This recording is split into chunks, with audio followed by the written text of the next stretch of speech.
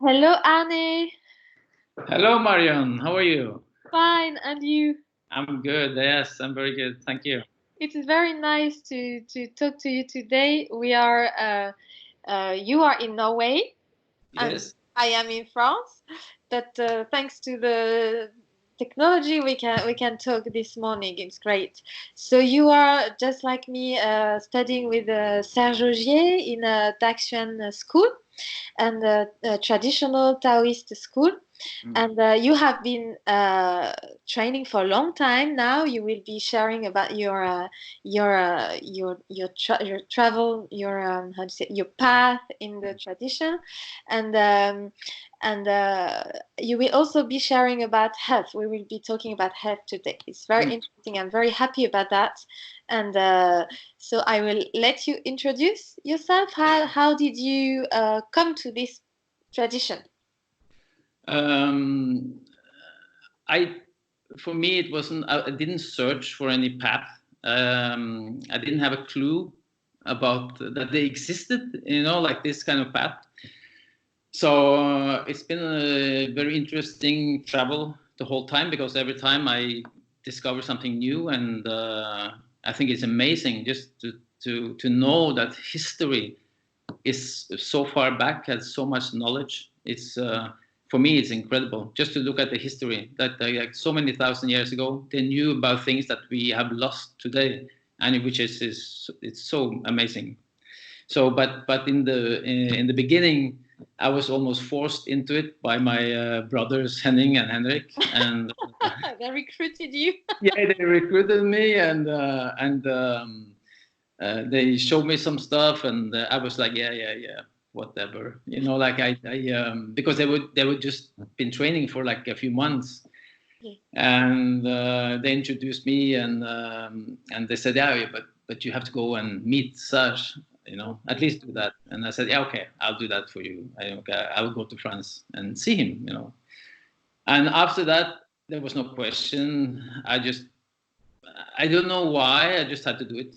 It was like something inside me said, I have to do this, and I trusted him. I think that's the main thing. It's a trust. Because I see that everything works, and from the beginning, it all worked for me. So, and at that time, this was in 2004, Okay. and Were you training martial art? I think yeah, you have been training for a long time. I remember. I did some karate for many years. Where I met Henning and Henrik when they were young boys. So, because there's an age difference. But they were young boys at that time, and I was in the police force. I'm a police officer, um, and we trained together. We had some sharing, but not much. But in 2004, we reconnected, and I went to France. Mm. Okay. But then I was like 41 years old. But in when I was 30, like 11 years before that, the doctors told me to stop working on special forces and doing Oh, physical hardship things because they found I had some rheumatic disease, ankylosing spondylitis. The cartilage tend to become brittle and kind of harden, and it's very painful, and you get very stiff. See people that walk like this and that have a curved back. yes. So it was Mm. really depressing, and I searched. I tried to find ways to prolong it, Yeah. to be better. But they took X-rays of my back, and Okay. and the columns were like they have something called like shining points on the vertebrae or on the column. It's a typical sign of the beginning of really the disease to develop, and Okay. yeah. So I was really when I met Sash in 2004, I was really in pain and stiff, but I was still agile because I trained every day. Okay. Yeah. So when he introduced me in the beginning, he started with teaching me Tai Chi. Okay. Great. Yeah, and for me, I was always in I was teaching close combat fighting Okay. in my unit. And for me, it was like Tai Chi, you know, like it's kind of soft and Wow, something different. But I was really, but I was amazed of what it did to me. And after a few years, they took some X-rays of my back again. Okay. And the shining points, the white stuff on the columns and stuff, was starting to disappear. So my health was getting better, and I was getting softer, and everything was physically was better. But in 2008, because of all the wear and tear, I had to do a hip operation on both hips. Okay. So I changed. I got some implants. I invested a lot because I read a lot about it. So I went to Germany. I spent like 20,000 euros myself on just to get the best kind of operation. Yeah, I understand. So I did a lot of investing in getting better, and then it really worked good. I was back in training very fast, and during the training, like with the doctors, I really recuperated really fast, and they were shocked by how fast I recuperated. And I think it was because of the training, because it's all of the stuff that they teach you when you get a new hip. It's like you have to do some stuff with balancing and stuff like, you know, like to the muscle the muscles to get strong, to you're able to stand on one leg and this. So, but I did Tai Chi, you know, and I trained much more than other people. So I was back in no time. Wow. So it was really, it's really good. It's really working. It's really working. Living proof. Yeah. But the most amazing thing is actually because I went back. I'm still working as a close combat instructor. Okay. In 2016, we had a great course out in a kind of military camp. I got sick and had fever and pain in my hip, and the day after, I was rushed to hospital, and they took a blood test. And I had 200 something in my CRP value. You know what CRP? It's like to see whether it is a virus or a bacteria. Okay. Septic thing.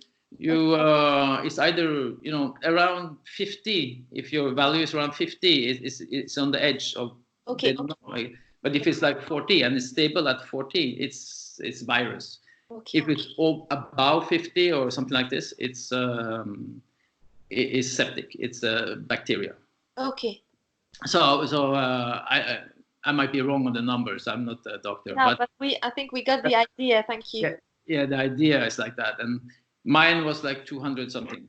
And they put me in an ambulance and drove me to a special hospital where they are good at this kind of thing. And they took another test, and I was 300 something. And they trying to get the right antibiotics to help me. And they took another test, and I was 400 something. And I was like, it was going like, woo, like this. And it took a long time before I got any antibiotics. And it could have been really deadly at that time. Yeah. So it was, but I didn't feel so bad because I just trusted in the system, and I was okay in a way. They did 3 operations in 10 days or 14 days, 10, 12 days. 3 big operations where they pull out the hip, like the whole thing, and sew it back in. They had to cleanse inside. Cleanse the virus. Yeah, some bacteria inside, and it kind of hides inside some pockets, and they have to really, really clean. Yeah, really clean it, and because the antibiotics weren't working. Yeah. So did the first operations, and after a couple of days, the doctors came back in, like 3-4 of them, and they're looking at me seriously. Said, "Hey, it doesn't work. We have to take away the implant." Okay. And at that time, I kind of broke down because it's I had invested so much in it. Okay. I knew at that time it's going to be a different life. because it's not going to be the same. It's not going to get back to normal. It's too much. So I broke down, and I cried a lot. I think I spent 14 days crying. It's mourning, yeah, the kind of mourning process. Yeah. It's like a mourning or grieving process. Yeah, grieving, yeah. Yeah, and the good thing was we had just had a seminar with Serge, and he's talking about grieving and the process of letting go and stuff like that, and go from anger to disbelief, or and then go to sadness and blah blah, blah and all this. And I knew I would get better. I just have to accept it, So I was crying, and the nurses were crying because they saw.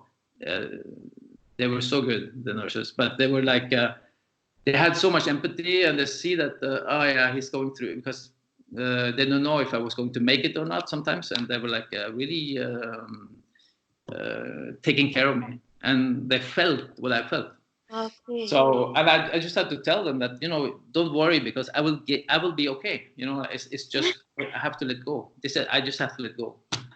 And I talked to Serge on the phone too, and got a lot of good ideas, and so he also helped me a lot through that.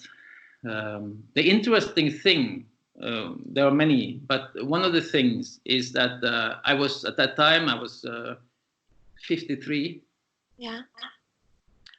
53 years old, and they when they opened me up, they asked me after, they're like, what are you doing?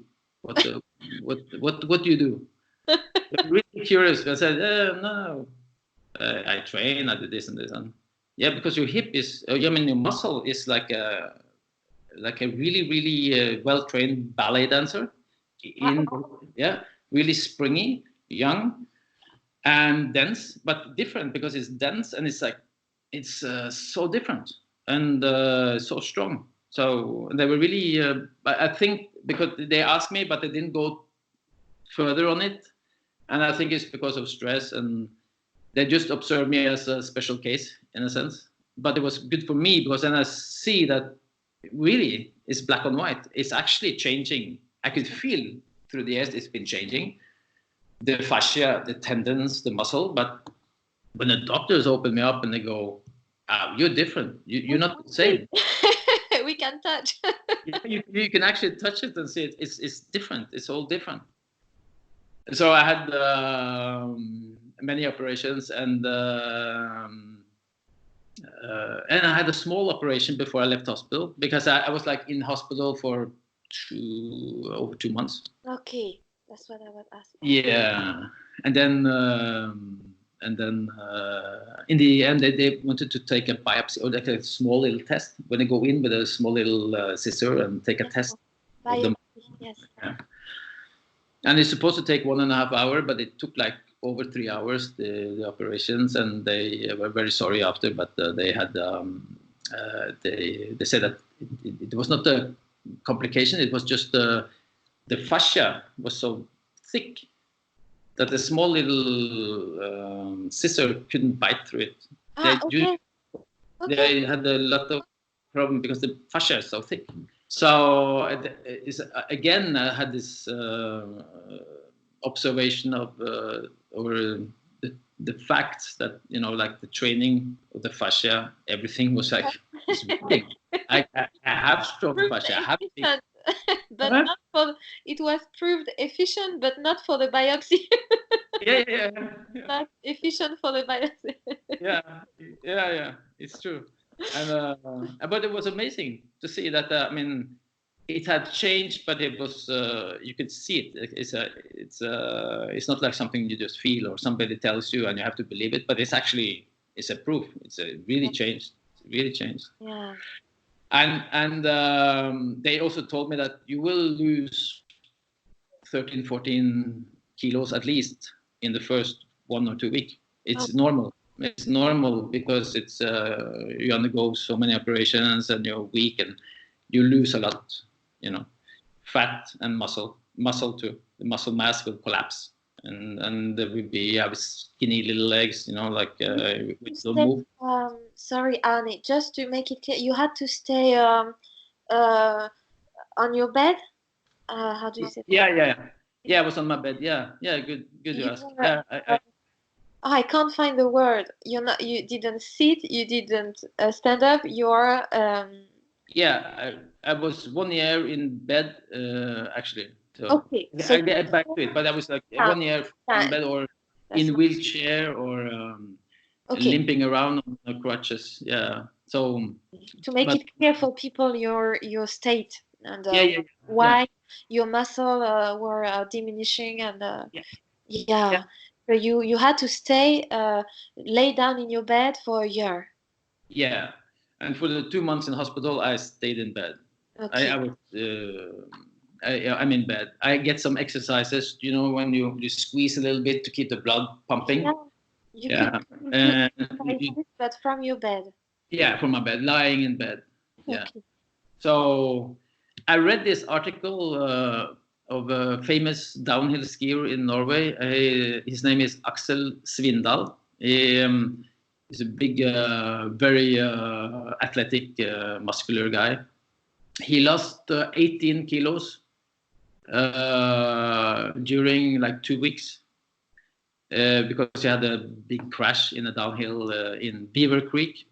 And he lost 18 kilos, and he's only muscle. He has no fat or humidity. He's just muscle. Just muscle went away. I lost during the whole year. The most I lost was 1.5 kilo. Okay. I did not lose weight. Wow. So my leg usually would be like a small little straw if with not moving, Okay. but it was the same thickness the whole year. I had the same thickness, like both legs were the same, even though I couldn't move on the other leg. I couldn't do anything with the other leg. Wow. So it's Balance. Keep it balanced with the exercises from the tradition.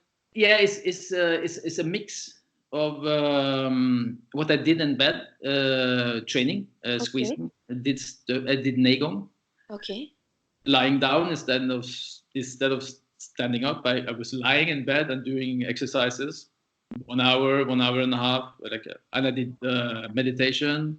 Yeah. When I was off drugs, I was on drugs a lot, but when I was off drugs, I did meditation, and then I did Negon, and I stayed healthy with the Negon. Mm.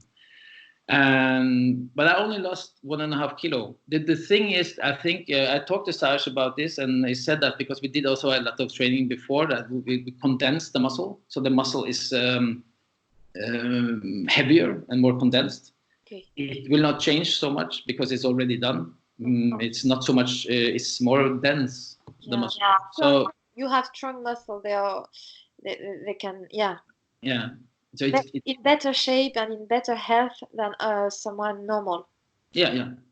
Ah, okay. Yeah. So it was really.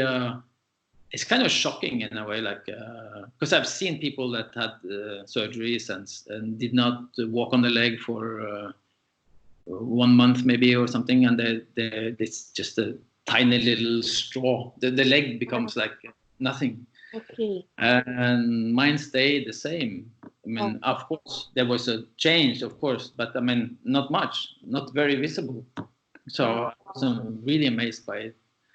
And so the physical aspect is amazing in the sense you change, the body change. The body change, and also I see your mindset. The practice helps your mindset through this very painful experience. Yeah. Yeah.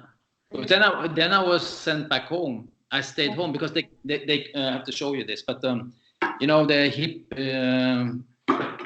this Irish club is very good. And you know, the hip bone and the ball is fitted into a cup like this, but they cut it off. Okay. Like, but they couldn't put in a new one for a year. So I for 1 year almost, I had nothing. There was just floating. Okay. Yeah, the femur bone is just floating around with no attachment. Okay. So if I step on it, it will go. Wow. it really go on up into the flesh. Okay. And it's really dangerous. Yes. So I cannot step on it. I have no feeling. If I step on it, it just goes. Ah, okay. So you just couldn't stand? No, I couldn't stand. Okay. Mm-hmm. You could sit, as you said, in a wheelchair? Yeah. Okay. So that was what I did at home. I arranged myself with always having things to do, you know. Study? You said, I remember a testimonial where you said, I studied. Serge, yes. you can study, Arne.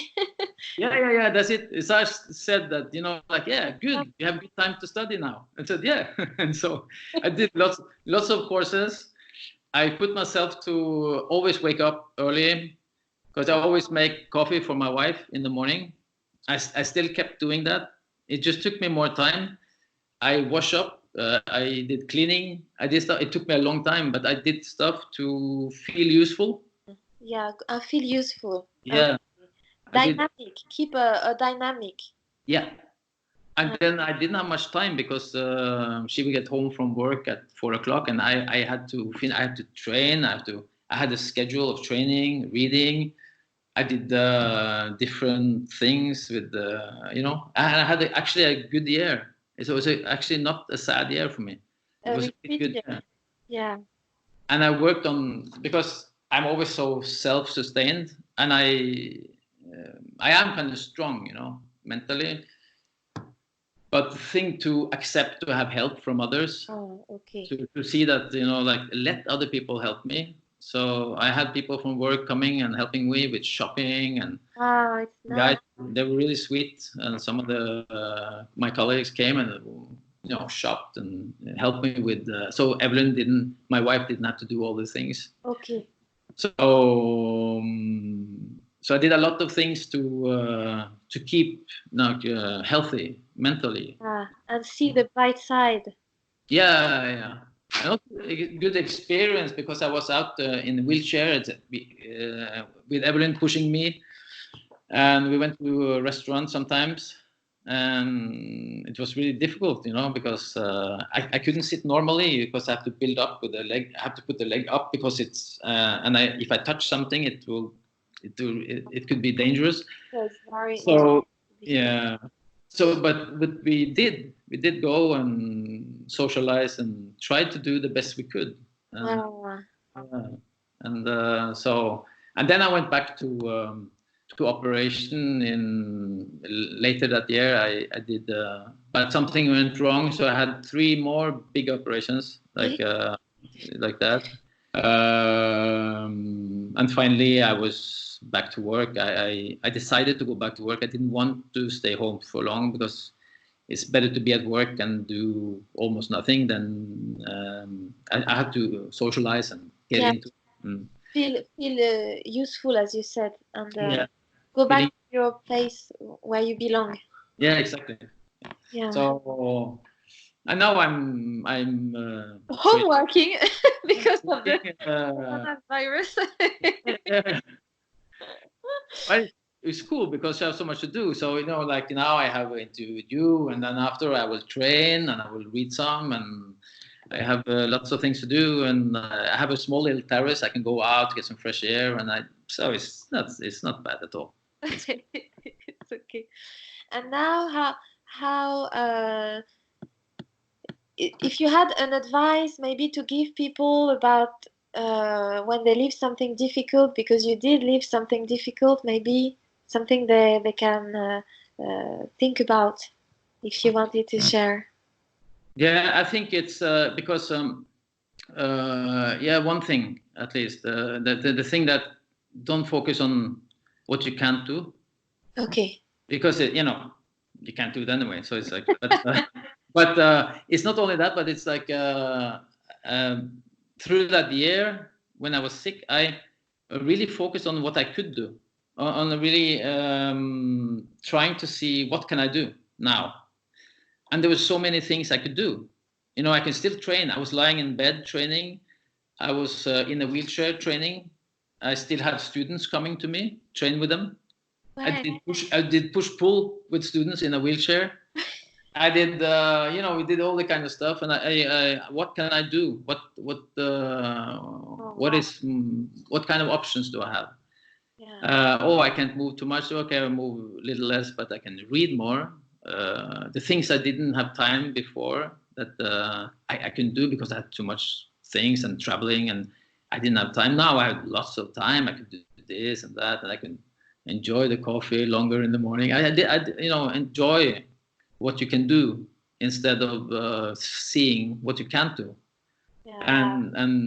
And the big thing is that anyone can train, because you really, I was in bed and I tested, because in the school we have routine, like the practice for to be stable on the ground and having routine.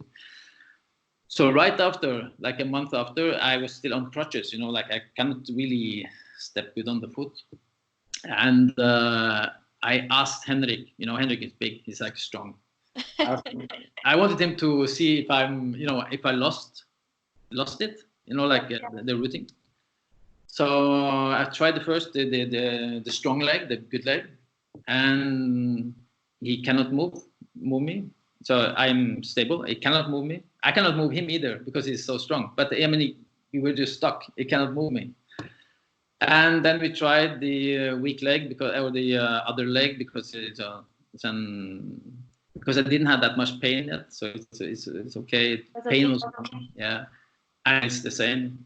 It's nothing vanished in the air, which is, I think, is a big lesson. That like when you have qualities, it will stay, and so it's good to invest in them, because if you invest in only getting big muscles, that one day you cannot train, they go boom, they're in 14 days, 1 month, they're gone. But you invest like this, it stays for life, and it's a good investment, So it's practicing for every day. Yeah. And I was sick, I practiced every day. I lie in hospital bed, I practice. Wow. I did. And what else can you do? But it's good because you did it still. It's a good example of keeping doing it anyway. You always, I guess, train as you said, meditation, Negong, and also the body. And what could you say to people about training the three aspects?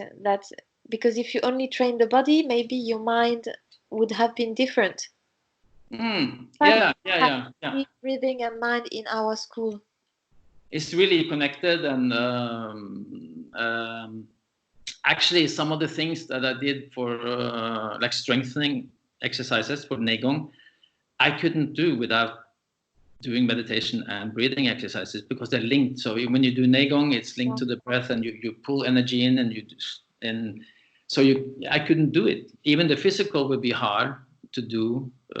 You can still do very good physically. I mean, you can still only do physical, and it still be great. You can have a really good and happy, healthy life. But to really go and optimize it, you need to do all the things. And for me, I really need, because I have to work on myself. I have so many things that I needed to, We all have. So, I think that's physically it's interesting, but it's much more. The whole aspect is important, because the big change in me, I think you have to talk to. I think Evelyn, she lives with me every day, and I don't see every day my change. But she also said that when she met me, she saw the good side of me. But I was so angry, and I had so many things, and I became much calmer and more relaxed. I still work on it, like it's not things are not gone, but it's like it's getting better and better. And the most important thing is to be happy. And to live life as optimized as you can. And the big lesson is actually that you can do it whether you are. It doesn't need talent. It doesn't need a specific person. It doesn't need. You don't have to be good at anything really. age. If you have disabilities, you can still do it. If you have something, you can still do it. It doesn't matter. So even the physical, you can still do if you're disabled. From A to B. Yeah, whatever your age, whatever your physical condition, you can go from A to B. Yeah. Woman, man, small, big, doesn't matter. It's like everybody has their own development, and even physically. Like in the old days, I heard there was also a master in the school was a woman. And you think about how strong some of the men in the school are. She had to be strong. Yeah. So, yeah. And so we talk about equality today, but if you look back, that you had cultures where they were far ahead of us today. Yeah, you're right. Which is cool. Well, thank you so much, Arne. Did you want to add something? No, I think I talked too much already. No, I think you. Thank you. Thanks a lot, because you went further in your sharing, and yeah, thank you so much for sharing your experience and being so honest, and about the not feeling so good sometimes, and I think it can help people, because we always have some period in our lives where sometimes it doesn't go so well, so we have to share about it. Exactly. I'm very happy to help you. Well, thank you so much. I'm very moved by what you shared, and yeah, I admire you and your courage and your the way you persevere, and you go on and you keep traveling. Okay, I hope people will enjoy. I know people will know about some other students. As we said, you can be a woman. There is no age, no gender, no. You can start practicing, and we are both examples. Yes, of that. Exactly. Okay, Yeah. thank you very much, Arne. Thank you. Bye bye. Bye bye.